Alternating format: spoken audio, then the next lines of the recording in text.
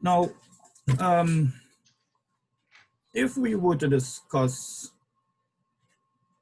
opportunities in agriculture, which we're here for today, um, I believe that that conversation or um, that undertaking needs to start in the right way.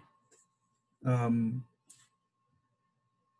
and on the 12th of September, there was a Newsday article that spoke about the government of the day giving a sneak peek into um, into their roadmap for development post-COVID.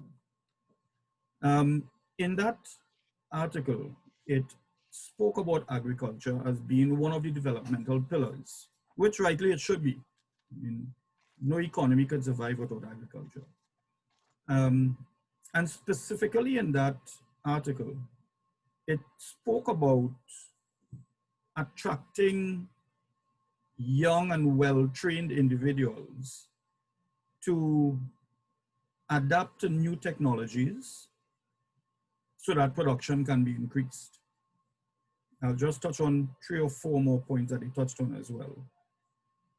It spoke about strengthening the farm to market supply chain, cocoa production for local and niche marketing, investment in precision agriculture to maximize yields, and the revisiting of the mega farm projects. Now, before I get into the real meat of the discussion, I would like to give you my personal thoughts on the sector right now. And I believe that in Trinidad and Tobago, we hold generally everything here to make the agricultural sector a sustainable success. But obviously, when we talk about sectoral development, government and government policy, who are the administrators in policy, who are the prescribers of policy, also need to play a very important part in it. So before we start, I'd just like to say that in Trinidad right now, don't be mistaken, we hold everything here that we need in order to take this dwindling sector to becoming one that is sustainable, that is less reliant on Forex, and actually one that can earn Forex very significantly. So my first concern now in this roadmap is attracting young and well-trained individuals. And I believe before we started, there was a chat and we were talking about, and there was one participant talking about, the sector has been, dwindling. Young persons have been involved in it. And I think statistically, if we were to examine any subsector of the broader agricultural sector, and when I say subsector, I mean specifically the dairy sector, and those kinds of things. Over the past few years, we have not seen too many young agripreneurs, because I like to use that word. I think that is the proper way to look at it. We have not seen the introduction or the advent of many young persons, or as much young persons, which would be necessary to take the sector forward. And in that regard, it brings to mind a question: where are we going to get these cohorts of young, interested, well-trained persons from? If the youths and the younger sector of society has been shying away from agriculture, where are we going to get these people now to actually propel this policy forward?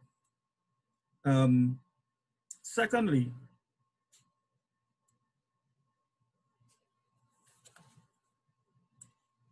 hold on a second. Let me just refer to my notes here for a second.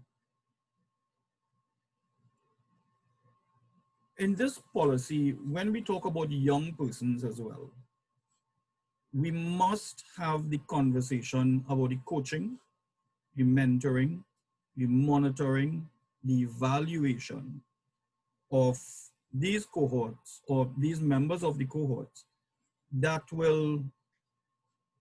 which obviously will lead to a higher level of success instead of just leaving them, to practice basically unsupervised. And this is not just for young people alone, older folks as well. Anyone getting into a new sector or having any sort of substantial investments into any sector, into any undertaking, we can't just say, okay, we want to treat with it in a way where we have new players into the sector. It has to be matched with the support mechanisms that will ensure success. So it's one thing to start a policy. It's one thing to say we want to use a certain subsector of the society, but in thinking sustainably and in thinking how do we create sustainability, the creation of sustainability must be met with the necessary support mechanisms. And I think in that roadmap, these details, which would be more of the operational details, need to be at the forefront of as well, because we're not just talking about new people coming in. We are talking about new people coming in who may not have been predisposed to agriculture. And that initial change of mindset will be something that needs to be managed, because we all know how agriculture goes. When you now start something, when you now put on a crop, sometimes anything can happen. And with the lack of experience, we don't want any cohorts coming in and having investments made into them in time and resources. And then because of a bad crop, they just say, listen, that's it. This is not for me. That will subtract from the entire drive to create sustainability. So when we talk about the entire drive to create sustainability, and as you all heard, we are using the term agripreneurs and agripreneurship. Many years ago, when India realized that they would have been facing a food shortage in years to come, taking into consideration how the population was expanding, they leverage on the development of the agricultural sector. And today they are, I would say, almost, if not almost totally food secure. And in India, well, I studied in India, so I will use that as an example.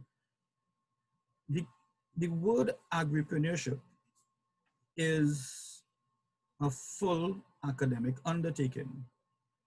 And the reason why this is so, and the reason why this was a success in India, is that when you go into that level of detail to people coming into agriculture under this agripreneurship umbrella, it creates that buy-in at a higher level, because people now are not just exposed to the practical side of agriculture.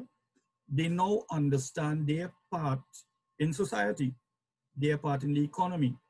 They have a better understanding of why it is necessary for them to stick with it, for them to continue, because that buy-in was created by whatever agricultural ecosystem that they would have employed. That understanding was delivered to them, and this is the process that we have to use when we're looking at a new cohort coming into a sector. Now, I also want to touch on the regeneration of the mega farms. And if we remember, when the mega farms were first introduced, we had a situation where you had government resources, government technocrats, government land, now becoming the main competitor with local farmers. Because we had, in all the grandiose, we had a mega farm producing tomatoes, peppers, cucumbers, sweet pepper, um, pumpkin, and so on. Now, to farmers who would have been practicing way back then, this created a situation where their incomes were totally destroyed, because the level of output that you were getting from these mega farms, it created a glut on the market. And once you have a glut on the market, prices drop significantly lower. There were many farmers during the first incarnation of the mega farms who were not able to realize any sort of profits. Now, the mega farm, don't get me wrong, the mega farm is a very good undertaking, but the operational first incarnation of it was totally wrong. Now, follow me on this. If you have a mega farm, so you have space, you have capacity, you have investments, you have government technocrats, why shouldn't those resources be put towards the development of the introduction of crops to which we currently import? That by itself would reduce our reliance on Forex. It would increase food security, and it would also increase the technological capacity of our locals, both farmers and observers. So if the government wants to bring back the mega farms, I think it's a very welcome initiative. However, it must be done under specific parameters that does not cause competition or undue competition with the local farmers. Once this is done, I think the true benefit of a mega farm can be realized. And so too, in working with the local farmers, having new crops, having that availability of new technologies, and this is where new technologies can come in these mega farms, not to small farmers. Small farmers, it will be very difficult for small farmers to, number one, have the investment to use for new technologies. So this is why I say the mega farms can be used to bridge that gap.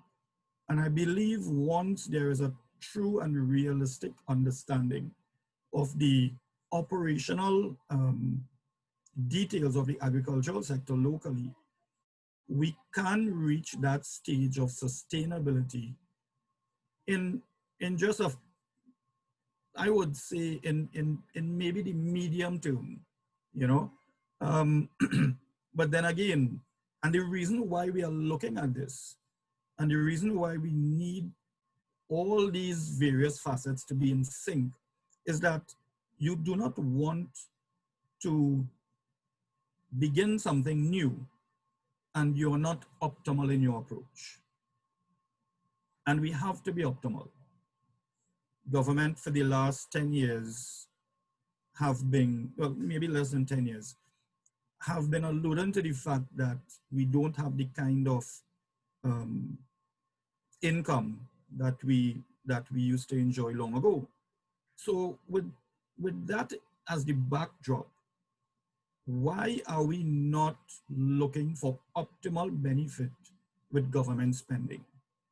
And this now will bring me to my final point this evening, where what we need to do, as I said when I first started, is start right. And I have personally have not seen any indication of a right start. And by a right start, I specifically speak about an agricultural census. The last time we had an agricultural census in Trinidad and Tobago was in 1982. So guys, we are in a situation where no one can empirically say or give an account to how much of what is being produced by who, where, and under what circumstances. So we don't have that empirical data to work with. Now, if we don't have that empirical data,